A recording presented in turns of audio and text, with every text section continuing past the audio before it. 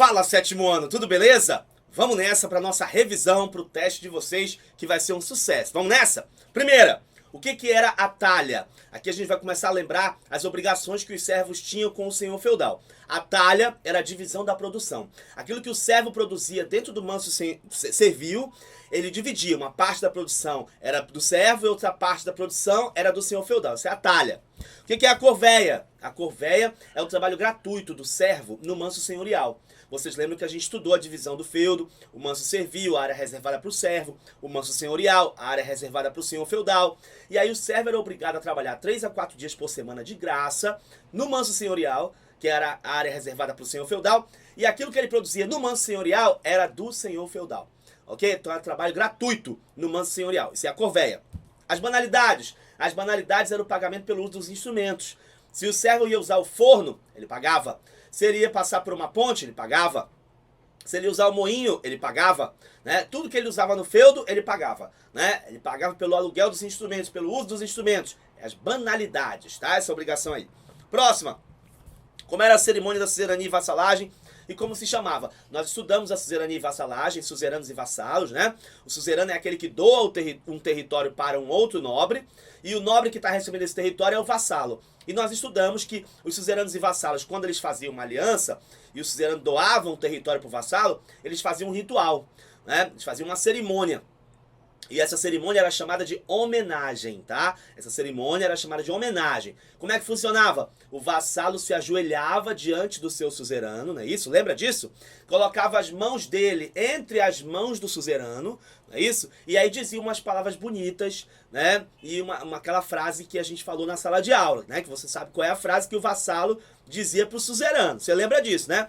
Agora, uma coisa que eu não falei na sala de aula, que eu vou falar aqui, é que depois que o vassalo dizia aquela frase pro suzerano, né, colocava as mãos dele entre as mãos do suzerano e dizia aquela frase pro suzerano, o vassalo e o suzerano se beijavam na boca, tá ok? E aquilo era uma celebração de amizade, né? Estavam celebrando a amizade entre os dois, suzerania e vassalagem.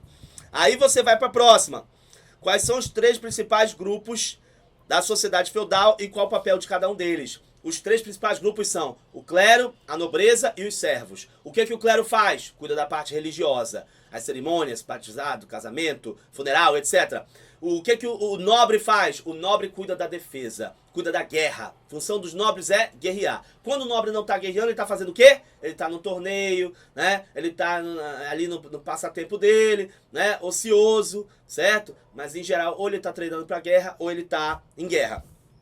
E o servo é aquele que trabalha dentro do feudo, né, tem obrigações com o senhor feudal, aquele que faz o feudo acontecer, que é o servo que produz, é o servo que planta, é o servo que colhe, é o servo que trabalha, é a mão de obra do servo que sustenta todo aquele sistema feudal. Próxima. A sociedade feudal tinha mobilidade social? Ela tinha pouquíssima mobilidade social. Né? A sociedade feudal não era uma sociedade onde você podia passar de um grupo social para o outro facilmente, como na nossa, né? Na nossa sociedade a gente nasce pobre e pode ficar rico, assim como a gente nasce rico pode ficar pobre. Na sociedade feudal você tem pouquíssima mobilidade social, quase nenhuma mobilidade social, essa possibilidade de você passar de um grupo para o outro. Próxima. Qual é o maior grupo social no feudalismo? É os servos. Né? Os servos eles são maioria dentro do sistema feudal. São eles que sustentam o sistema feudal, como a gente já falou. Obrigações do suzerano com o vassalo. Obrigação do suzerano com o vassalo é fornecer proteção militar para o seu vassalo. Tá? A obrigação do suzerano com o vassalo, proteção militar. E a obrigação do vassalo com o suzerano? Serviço militar. Tá? Tem que oferecer serviço militar para o suzerano dele. Próxima, qual a diferença entre servo e escravo? O servo não é uma propriedade jurídica do senhor feudal. O escravo é uma propriedade jurídica do seu dono. Professor, o que é isso? O escravo, ele pertence ao dono dele. Né? O dono do escravo pode vender, pode alugar, pode emprestar, pode fazer o que ele quiser. O servo não. O servo não é uma propriedade do senhor feudal. O servo, teoricamente, é uma pessoa livre. Ele está preso à terra, ele está preso ao feudo, ele está preso às obrigações que ele tem com o senhor feudal. Mas, por exemplo, o feudo mudar de dono, o servo está preso à terra, ele não está preso ao senhor feudal. Certo? Ele não é propriedade do senhor feudal. Próxima. Como se dividia o feudo? O feudo se dividia em manso servil, que era a área reservada para os servos, que tinha a plantação lá dos servos e tudo mais, manso senhorial, a área reservada para o senhor feudal, e as áreas comunais, que eram as áreas de bosques e pastos, que eram de livre trânsito, qualquer um podia utilizar. Próxima. No feudalismo o poder era centralizado ou descentralizado? Era descentralizado. Por quê? Porque cada senhor feudal mandava no seu próprio feudo. Existia rei naquela época? Existia. Mas o rei era figurativo. Ele só mandava no feudo dele. Nos outros feudos quem mandava era o senhor feudal de cada feudo. Próxima. A cultura feudal era teocêntrica ou antropocêntrica? Era teocêntrica. No mundo feudal, no mundo medieval, tudo era voltado para a religião, tudo era voltado para a igreja. Então era teocêntrica. Deus no centro de todas as coisas. A igreja dizia o que era pecado, o que não era, o que podia fazer, o que não podia, quais eram os dias santos, e as pessoas eram influenciadas por aquilo que a igreja ensinava. Todo mundo seguia o que a igreja dizia? Não, nem todo mundo seguia o que a igreja dizia. Vai ter uma outra pergunta que a gente vai falar sobre isso. O feudalismo foi igual em todos os territórios? O feudalismo não foi igual em todos os territórios. Ele acontece com características específicas em cada território. Não é igual para todo mundo, né? Não é todo mundo que está vivendo o feudalismo naquela mesma época, e mesmo dentro da Europa, o feudalismo não aconteceu de forma igual em todos os territórios. Próxima. Os ideais de honra do mundo feudal são oriundos da sociedade islâmica, né? Aquela coisa da fidelidade, o ritual, né, que fazia suzeranos e vassalos, a aliança entre o suzerano e o vassalo, a aliança militar, aquela coisa da honra, da fidelidade, tudo mais. Isso vem de onde? Isso vem da sociedade islâmica? Isso vem lá do mundo islâmico? Não, a gente ainda nem estudou o mundo islâmico, né? A gente ainda nem estudou a questão da Arábia, né? Mas o que a gente sabe que essa coisa da fidelidade, da aliança militar, ela vem lá dos povos germânicos, né? Lembra do comitatus, né? O comitatus existente lá entre os povos germânicos, aquelas alianças, aqueles laços de fidelidade entre os guerreiros e os seus líderes, né? Então isso vem lá dos povos germânicos. Próxima. O comércio era dinâmico no sistema feudal? Não. No sistema feudal o comércio era reduzido. Ele era basicamente o quê? Troca, né? Trocava aí, vamos trocar 10 galinhas por 5 mucuras, né? Então trocava ali coisinha básica, mas o comércio não era muito dinâmico, o comércio não era top de linha no feudalismo, certo? Por quê? Porque a base da economia feudal era o quê? Era a agricultura, tá? O comércio até existia, mas ele era reduzido. Próxima. Aí, falando da próxima pergunta, a base do feudalismo era escravidão ou servidão? A base do feudalismo era a servidão, a mão de obra dos servos. Eram os servos que sustentavam o feudo, que faziam o feudo acontecer. O que foi o processo de ruralização?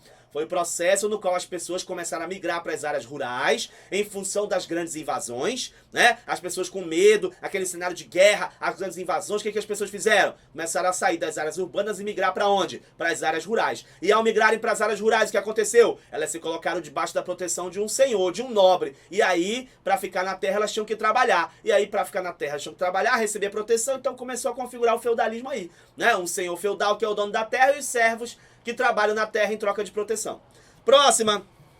Como se deu a presença dos bárbaros do Império Romano? Foi rápida ou foi gradual? Foi gradual. Né? Quando a gente estudou isso, né? Antes de começar a estudar o feudalismo, a gente viu a queda do Império Romano de novo, a gente viu a chegada dos povos germânicos, a gente viu como é que os romanos chamavam esse pessoal, que chamavam de bárbaros. E aí o que acontece? Esses povos bárbaros, eles não chegaram da noite pro dia, né? Não caíram de paraquedas, bum, no Império Romano e derrubaram o Império Romano. Não, foi processualmente, foi gradualmente, eles foram chegando, alguns foram fazendo alianças com os romanos, alguns foram sendo admitidos nas fronteiras de Roma, alguns foram recebendo terras para cultivar, outros foram sendo incorporados ao exército romano, outros foram utilizados como mercenários, né, eram contratados para fazer parte, guerrear no exército romano. Então os bárbaros foram chegando aos poucos, né, e as relações inicialmente eram amigáveis, só que depois, principalmente depois da chegada dos hunos, né, que trouxe muito terror e tudo mais, aí aquelas relações que antes eram amigáveis deixaram de ser, e os povos bárbaros acabaram invadindo o território do Império Romano, né, fazendo incursões dentro mesmo do território do Império Romano. Próxima. O que foi o Renascimento Carolíngio e quais são as suas contribuições? O Renascimento Carolíngio foi aquele momento glorioso da época do Carlos Magno, lá no Império Carolíngio, onde ele investiu em cultura, ele investiu em educação, né? Ele financiou isso, né? E qual é o resultado disso? Ele estimulou o desenvolvimento científico, ele estimulou a preservação das obras da Grécia Antiga, da Roma Antiga, né? Então ele fez um investimento forte em cultura e educação. Próximo, o que era o direito consuetudinário? Isso acabou com as invasões bárbaras? A gente falou sobre isso. Direito consuetudinário era o direito baseado nos costumes, né? Isso era uma característica muito forte lá dos povos germânicos também. O direito baseado nos costumes, né? O que era passado de uma geração para outra, não era uma coisa escrita, né? Como é hoje, que a gente tem uma lei, tudo no papel, bonitinho. Naquela época era o direito consuetudinário, baseado nos costumes. Isso deixou de existir com as invasões bárbaras? Não, porque os próprios povos germânicos trouxeram essa coisa do direito consuetudinário, baseado nos costumes. Os bárbaros chegaram a ser contratados como mercenários? Já falamos, os bárbaros chegaram a ser contratados como mercenários. Como se dividia o clero? Quais as suas funções? O clero se dividia alto e baixo clero. O alto clero, fixa isso, ele cuida da administração eclesiástica. O que é isso, professor? A administração da igreja. Né? Então o alto clero, ele vai ser a alta cúpula da igreja, a alta liderança da igreja. Esse vai ser o alto clero. E o baixo clero? O baixo clero está lá em contato com o povo, não é isso? Celebrando, está ali na comunidade, fazendo os casamentos, fazendo os batismos. Né? O baixo clero é aquele que está em contato com o povão mesmo, fazendo a parte operacional da coisa. Próximo. A excomunhão eliminava qualquer possibilidade na formação de movimentos heréticos. Opa! A excomunhão era o quê? Era a expulsão da igreja, né? Quando o fiel não seguia o que a igreja ensinava, ele podia sofrer um processo dentro da igreja que resultaria na excomunhão dele, ele seria expulso, né, da igreja. Isso eliminava a possibilidade de surgir movimentos heréticos. O que é um movimento herético? São os hereges, né? Aquelas pessoas que discordavam da igreja, que faziam coisas contrárias àquilo que a igreja ensinava. Elas eram chamadas de hereges, né? Faziam movimentos heréticos. Isso existia muito ali na Idade Média? Com certeza existia. Né? A igreja combatia isso? Combatia. Uma das formas de combater era fazer essa perseguição religiosa, expulsar o fiel, fazer excomunhão? Sim. Isso eliminava os movimentos heréticos? Não eliminava. Os movimentos heréticos continuavam surgindo, os hereges continuavam surgindo, e a igreja foi trabalhando no decorrer dos séculos para tentar deter esses movimentos heréticos e punir os hereges.